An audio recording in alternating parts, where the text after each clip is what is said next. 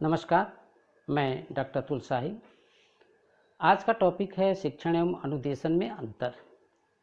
यह बहुत ही छोटा टॉपिक है। इसमें हम यह जानने की कोशिश करेंगे कि शिक्षण एवं अनुदेशन में बेसिक अंतर क्या है। तो चलिए शुरू करते हैं। सबसे पहले हम जान लेते हैं कि शिक्षण क्या है। शिक्षण का अर्थ ज्ञान, भाव तथा कौशल प्रदान करना अथवा विकसित करना होता है। जो दूसरों को ज्ञान प्रदान करता है, सूचना देता है या उसमें कौशल का विकास करता है, उसे हम शिक्षक कहते हैं और यह संपूर्ण प्रक्रिया शिक्षण कहलाती है। शिक्षण में 3 पक्षों का होना आवश्यक माना जाता है।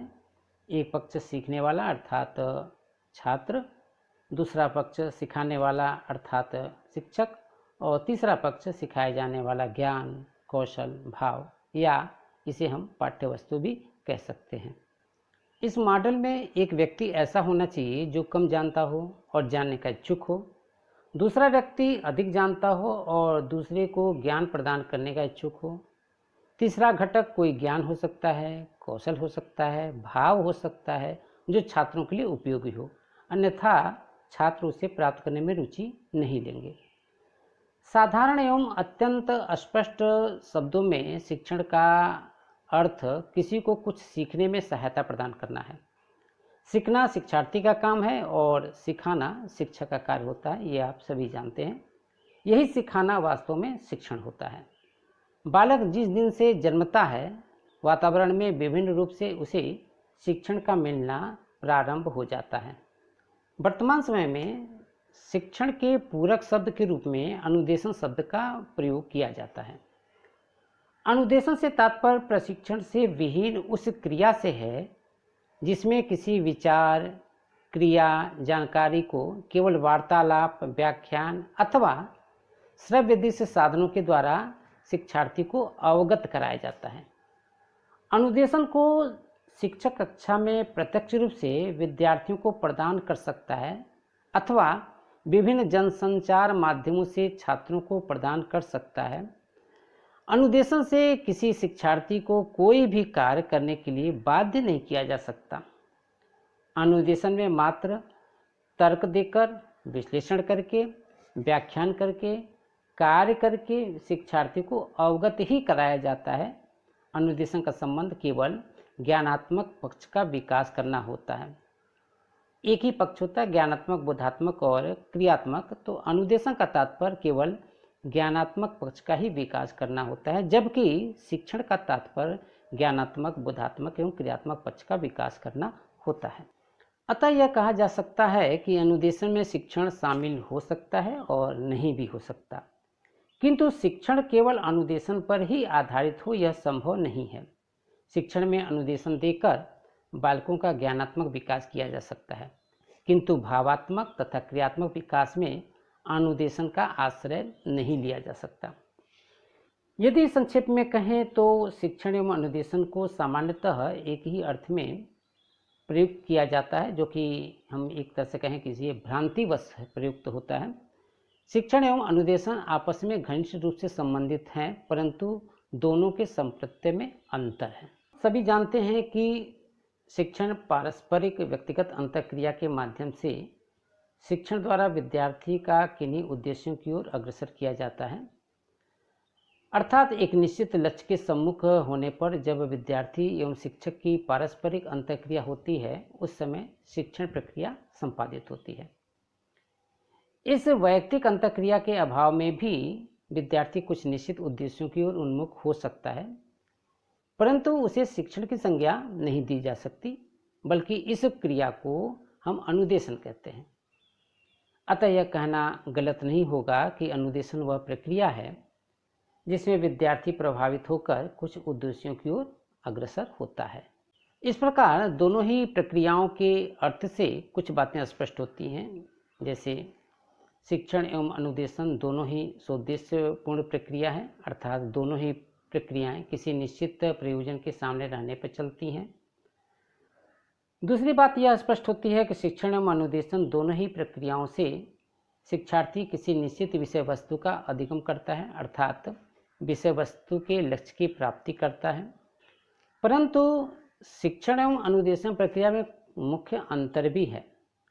और मुख्य अंतर यह है, पहला, शिक्षण प्रक्रिया के अंतर्गत शिक्षक एवं शिक्षार्थी के मध्य अंतःक्रिया का होना आवश्यक है, अर्थात शिक्षण प्रक्रिया दो ध्रुवी है। इसमें दोनों ही ध्रुव शिक्षक और शिक्षार्थी अंतःक्रिया करके कुछ न कुछ अधिगम करते हैं, जबकि अनुदेशन में शिक्षक की उपस्थिति आवश्यक नहीं है। इन दोनों ही ध्रुवों के मध्य अंतःक्रिया नहीं होती। किसमें नहीं होती है? अनुदेशन में नहीं होती है। अतः अनुदेशन को शिक्षण की संज्ञा नहीं दी जा सकती।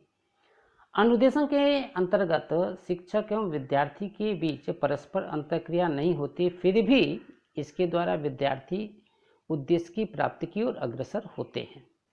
शिक्षण एवं अनुदेशन में दूसरा अंतर यह है कि शिक्षण में अनुदेशन निहित होता है। प्राय सभी प्रकार के शिक्षण में अनुदेशन निहित होता है, परंतु अनुदेशन में शिक्षण रह भी सकता है और नहीं भी रह सकता।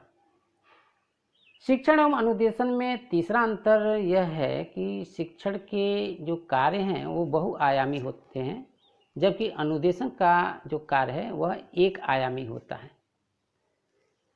शिक्षण एवं अनुदेशन में चौथा अंतर है कि शिक्षण में शिक्षक और विद्यार्थी का आमने सामने का होना आवश्यक है, यानी कि दोनों के बीच में अंतःक्रिया होनी आवश्यक है, जबकि अनुदेशन में शिक्षक शिक्षार्थी की प्रत्यक्ष अंतःक्रिया आवश्यक नहीं है।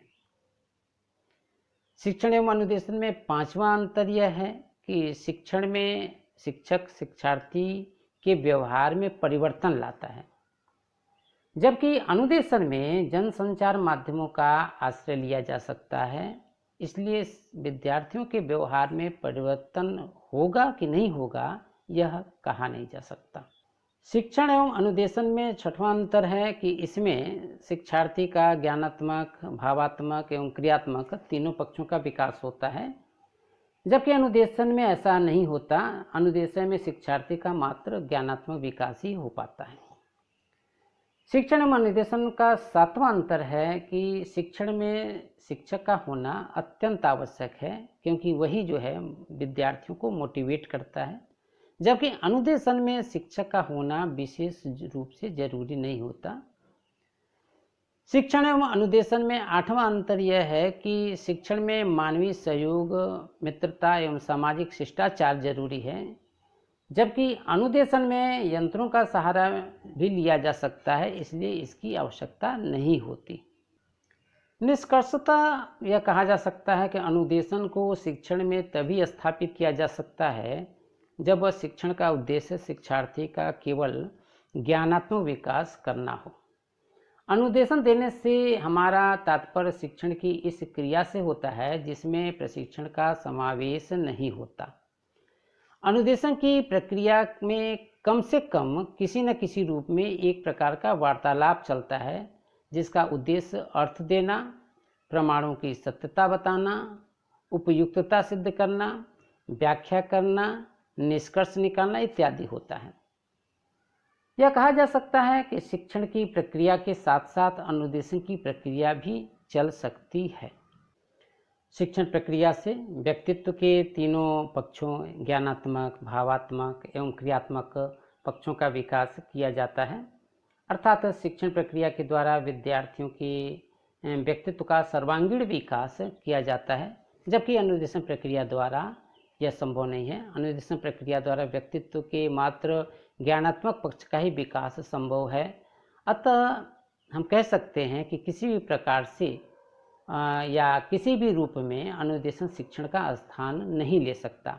शिक्षण एक बृहद तथा सर्वोन्मुखी प्रक्रिया है, जबकि अनुदेशन एक संकुचित या एक यूं कहें कि एक मार्गीय प्रक्रिया है।